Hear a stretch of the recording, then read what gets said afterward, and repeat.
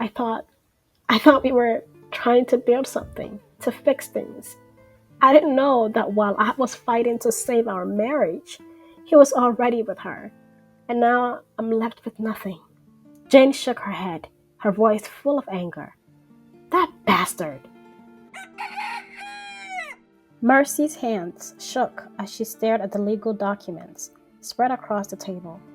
The signature line, where her name was expected to go, seemed to blur under her teary gaze. She couldn't believe it had come to this. Her husband of 12 years was divorcing her, not just leaving her, but leaving her with nothing. No assets, no house, no children. All those years of support, sacrifice, and loyalty were wiped clean with the stroke of a pen. Across from her, David sat, calm and composed, barely meeting her eyes.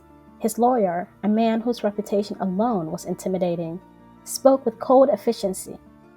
Mercy barely heard him, something about amicable resolutions or no contest. She felt none of it. It was as though the words didn't apply to her, as though this wasn't her life being torn apart. David shifted in his seat. "It's for the best, Mercy. We both know this isn't working anymore." She opened her mouth to speak, but no words came out. She had fought so hard to make things work. Through the miscarriages, the emotional distance, and the growing silence between them, she had given up her career, her dreams, to support his rise in the business world. And now, after everything, he was discarding her. Her eyes flickered to the door where Faber had just stepped out. Faber, her best friend, who had been more of a sister than a friend. Now she was gone too, but not because of sympathy for Mercy. No, she had walked out to avoid the discomfort of watching the fallout from the affair she had been having with David, Mercy's husband, for over a year. Mercy wanted to scream, but there was no strength left. Instead, she lifted the pen, her hand trembling, and signed the paper. In that moment, something inside of her broke. Mercy sat in her car, staring blankly through the windshield at nothing. The rain tapped lightly against the glass, a soft pattern that should have calmed her, but all she could feel was numbness. She had signed the papers. Just like that, her marriage was over. The home she had built, the man she had loved and supported for over a decade were gone. And so was Favor, the one person who was supposed to be her rock, her best friend. The betrayal ran deeper than just the affair. It was the fact that she had sacrificed so much for David, stood by him through the hard times, even when they were struggling to have children. She had lost so many parts of herself along the way. What was left now? Nothing. Her phone buzzed in the passenger seat. A message from her friend, Jane, lit up the screen. "Hey, haven't heard from you in a while. How are things?" Mercy stared at the text, her fingers hovering over the screen, but she couldn't bring herself to reply. How could she tell Jane that her life had fallen apart, that David had left her for Favor, and she was left with nothing but the clothes on her back and a small sum of money that would barely last a few months? Instead, she dropped the phone into her lap and turned the ignition. The engine roared to life, but Mercy didn't feel like going anywhere. Not yet. She had no idea where to go or what her next move would be. All she knew was that she couldn't stay here. Not in this town, not in the ruins of what had once been her life. She drove aimlessly, trying to clear her head, but the weight of everything pressed down on her like a heavy fog. She kept seeing David's face, his cold detachment as he sat across from her during the divorce meeting. She kept hearing his voice, that calm, cruel voice, telling her it was for the best. After hours of driving, she found herself outside Jane's apartment complex. She hadn't even realized where she was headed, but now that she was here, she couldn't turn back. She needed someone, anyone, to help her through this nightmare. Jane opened the door almost immediately after Mercy knocked. Her face softened with concern when she saw Mercy standing there, rain-soaked and hollow-eyed. "Mercy, what happened?" Mercy collapsed into Jane's arms, the weight of the day finally breaking her down.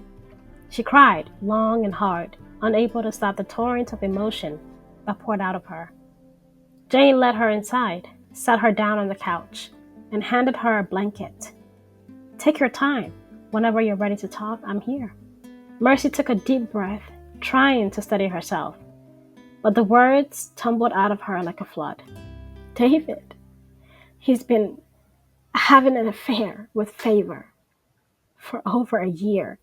He left me with nothing. I signed the divorce papers today." Jane's eyes widened in shock. "Favor? Your best friend?" "Mercy, I had no idea." "Neither did I," Mercy interrupted, her voice cracking.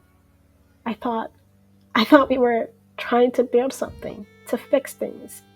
I didn't know that while I was fighting to save our marriage, he was already with her, and now I'm left with nothing." Jane shook her head, her voice full of anger. "That bastard! And Favor, after everything you two have been through? I can't believe this. You don't deserve any of this." "I don't know what to do, Jane," Mercy whispered, her voice barely audible. "I've been out of work for years. I gave up everything for him. I don't even know who I am anymore." Jane placed a comforting hand on Mercy's arm. "You'll find yourself again. It's going to take time, but you're strong. You always have been, and you have me. You're not alone in this." The next few weeks were a blur of legal meetings and financial uncertainty. Mercy had to move out of the house, David's house now, and into a small apartment that Jane helped her find. It was a tiny, unfurnished space, a far cry from the home she had shared with David, but it was hers.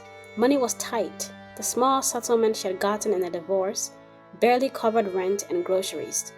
Every time she looked at her dwindling bank account, panic clawed at her insides. She had to find a job. But the 10-year gap on her resume made every interview feel like a humiliating reminder of everything she had given up. No one wanted to hire her, not when they could find younger, more experienced candidates. But one day, as she scrolled through job listings with growing desperation, an opportunity appeared. It wasn't glamorous. It wasn't what she had trained for before she married David.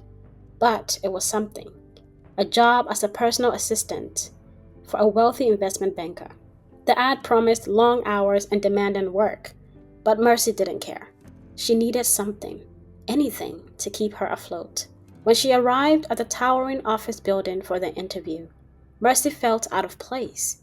She smoothed down her modest, second-hand dress and tried to calm her nerves as she stepped into the CEO's office. Michael Mensah, the CEO, barely glanced up from his desk as she walked in. He was tall, broad-shouldered, and impeccably dressed with an air of authority that made Mercy feel even smaller. He didn't smile, didn't offer any pleasantries. "Sit," he said, his voice clipped and businesslike.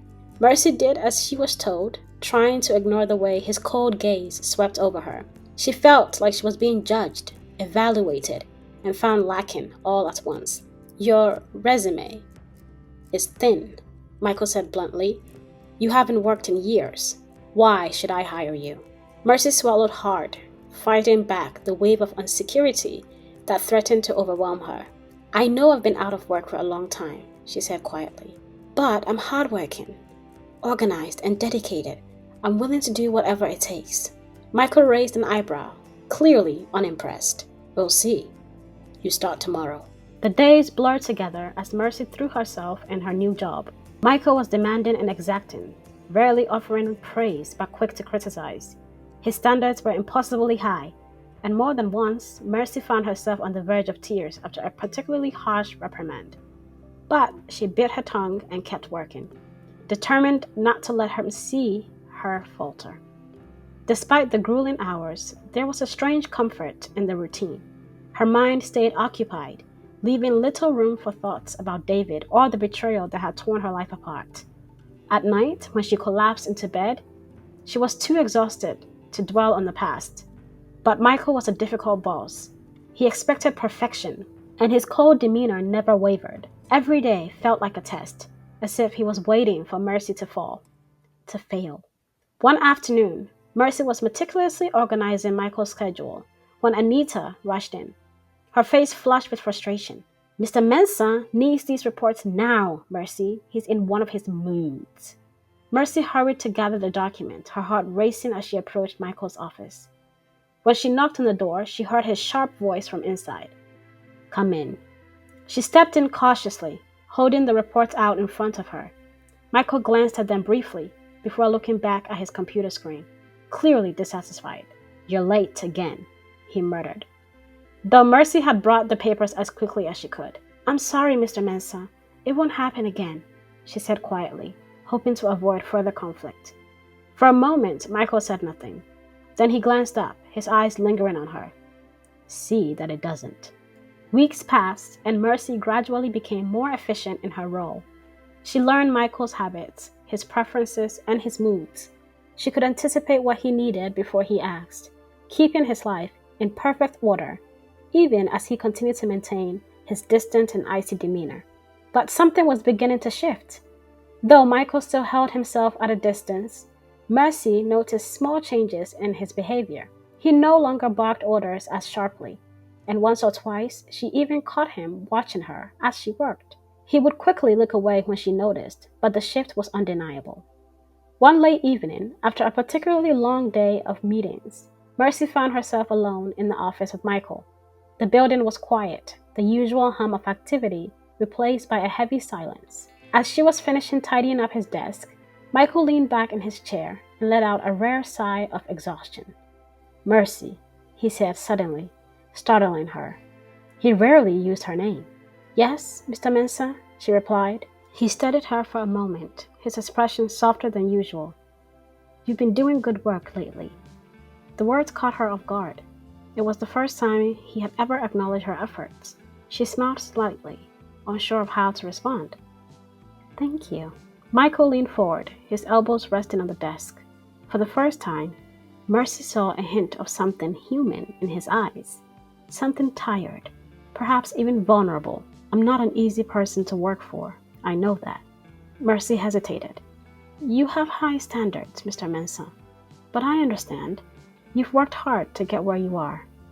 He nodded, his gaze still locked on her. "I have, and it's people like you that keep it all running smoothly." There was a brief silence, one that felt strangely comfortable. Mercy wasn't sure what to make of this softer side of Michael, but in that moment, she saw beyond the stern facade he had worn for weeks. Perhaps, like her, there was more to him beneath the surface. As the weeks turned into months, Mercy found herself more at ease around Michael. He remained focused and intense when it came to work, but every now and then, she caught a glimpse of a softer side, especially during their late evenings in the office. His sharp edges seemed to smooth out the longer they worked together, though he still held much of himself back. One evening, after an especially grueling day of meetings, Michael asked her to stay late to help organize a stack of files that had been piling up. As Mercy worked, Michael sat back in his chair, his gaze drifting away from the work before him. She glanced up to see him staring at the window, the skyline of the city twinkling beyond. "You know," Michael said after a long pause, his voice unusually gentle, "it's rare to find someone who can handle the pace of my life." Mercy smiled softly as she continued filing papers. "It's not easy, but I've had a lot of practice with difficult situations." Michael's eyes shifted to her, and for a moment, the silence between them seemed to deepen. "You've been through more than you let on, haven't you?" Mercy paused, her hands trembling slightly over the files. She didn't talk about David or the betrayal, not with anyone, but there was something in Michael's gaze, a quiet understanding that made her want to open up, just a little. "Yes," she finally admitted, her voice barely above a whisper, "but we all have our burdens." Michael's face softened, the cold mask slipping just a bit more. He nodded, as if understanding without asking for more details. "You're stronger than I give you credit for, Mercy." The warmth in his words caught her off guard, and for the first time since she had started working for him, she saw the flicker of something deeper behind those sharp eyes. A connection, fragile and unspoken, but real. The dynamic between them continued to change. Michael no longer treated Mercy like just an employee. He began to trust her with more, sharing insights into his life that went beyond business. Little by little, he let his guard down, revealing bits and pieces of the man behind the powerhouse CEO facade. It wasn't long before he began noticing the small things about her. The way she tucked a strand of hair behind her ear when she was deep in thought. The way she smiled softly when she believed no one was looking.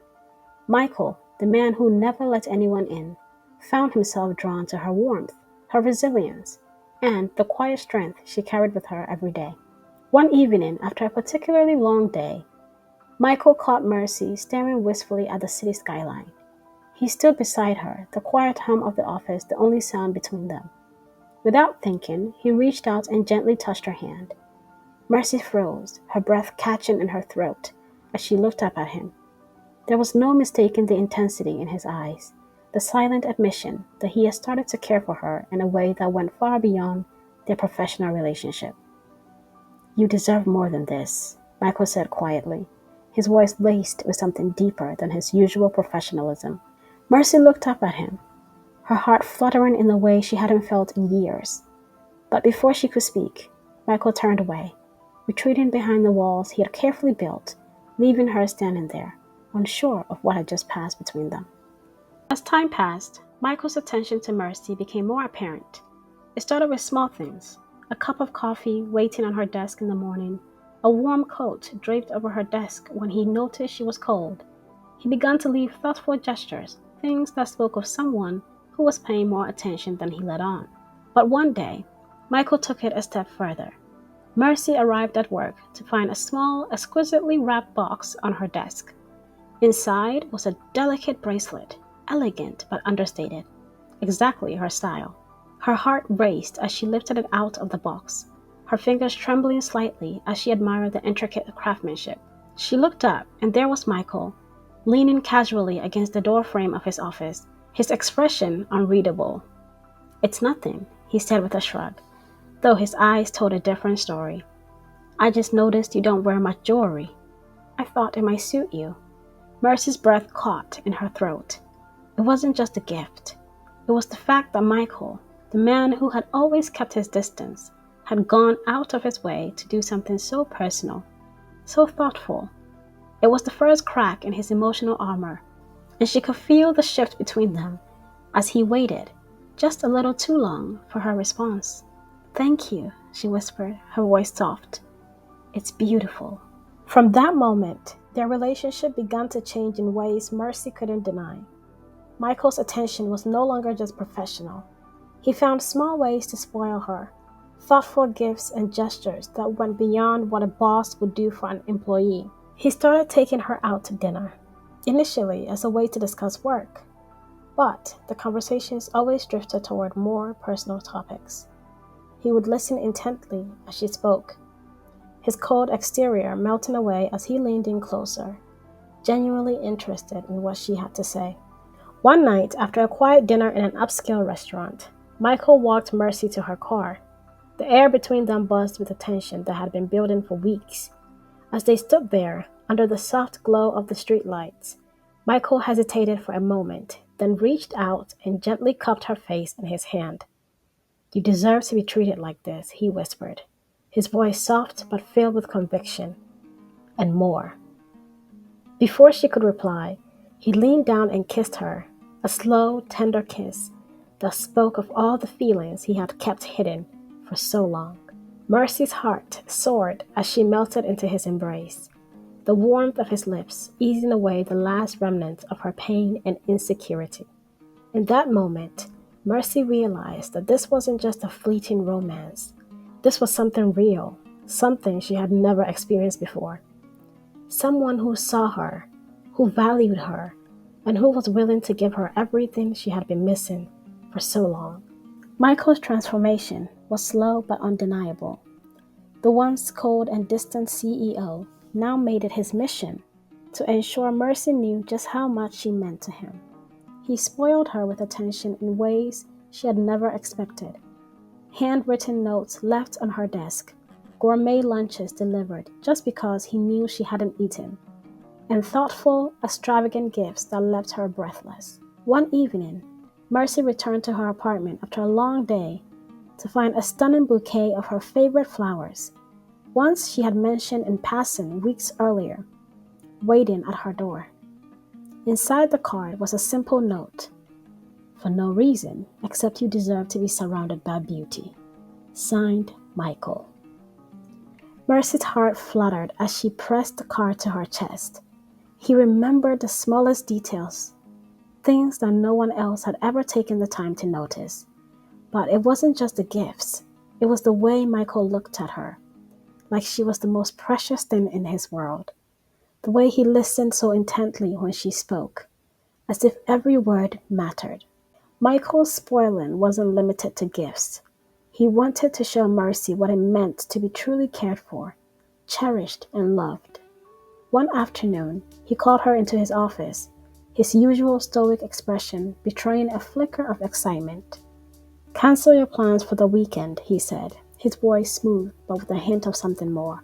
Mercy blinked in confusion. "Why? What's going on?" Michael leaned back in his chair, a small smile playing on his lips. "You've been working too hard. I've been watching. You need a break, and I have something planned for us," leaving Mercy curious and anxious for the rest of the week. When Friday arrived, she discovered the surprise: a private weekend getaway at a luxurious resort just outside the city. Michael had arranged everything: the finest suite, private dinners, and spa treatments. As they walked into the suite, the sweeping view of the ocean took Mercy's breath away. She turned to Michael, her eyes wide with awe. "This is too much. You didn't have to." "I did," he interrupted softly, stepping closer, "because I want you to know what it's like to be taken care of. I want to show you what you deserve." His words sent a shiver down her spine. Mercy had never been treated like this before, like she was the center of someone's world. Michael's gestures weren't just about luxury, they were about making her feel valued in a way she hadn't experienced in years. That weekend marked a turning point. Michael and Mercy grew closer, their time together no longer filled with business talk, but intimate conversations that peeled back the layers of their guarded hearts. One night under the stars, Michael finally opened up about his past. "I've always been focused on my career," he admitted, his voice quiet as they sat on the balcony, the gentle sound of the waves in the distance. "I never allowed myself to get close to anyone. Until you." Mercy turned to him, her heart swelling. "Why me?" Michael's gaze softened as he reached for her hand, his thumb brushing lightly over her knuckles. "Because you're different. You're compassionate. You're strong, and you've been through more than anyone should have to bear. I admire that. I admire you." Mercy's throat tightened with emotion. She hadn't expected this, hadn't expected to find someone who saw her, really saw her, after all she had been through. "You've changed me, Mercy," Michael continued, his voice filled with sincerity. "I didn't realize how empty my life was until you came into it." Over the next few months, Michael made it his mission to spoil Mercy with not just material gifts, but with unwavering love and attention. He would plan surprise dates, taking her to the most beautiful places, making sure every moment was special. Whether it was a simple picnic in the park or an extravagant dinner at the finest restaurant, Michael poured everything he had into making Mercy feel cherished. One night, as they strolled through the city after a romantic dinner, Michael stopped in front of a jewelry store. Without a word, he led her inside, the lights twinkling off the rows of sparkling diamonds. "I've been thinking about this for a while," he said, his voice low and full of intent. "I want you to have something that shows how serious I am about us." He gestured towards the display case, and the saleswoman carefully pulled out a ring. Mercy's heart stopped. It was beautiful, delicate, with a simple but stunning diamond set in the center. "Michael," she breathed, overwhelmed by the gesture. He took her hand, his eyes locking onto hers. "I want you in my life, Mercy, permanently. You've given me something I never knew I needed. I'm not the same man I was before I met you, and I don't want to go back. Marry me, please." Tears welled up in Mercy's eyes as she stared at him, her heart full to bursting. Michael, the man who had once been cold and distant, was now looking at her like she was the very air he needed to breathe. Yes, she whispered, her voice shaking with emotion. Yes, I'll marry you. And this is where we end our story for the day, my dear readers. Please ensure to subscribe and like this video. Don't forget to hit the notification bell to ensure you tune in for the next installment of this series. Thank you so much for watching. Until next time. Bye.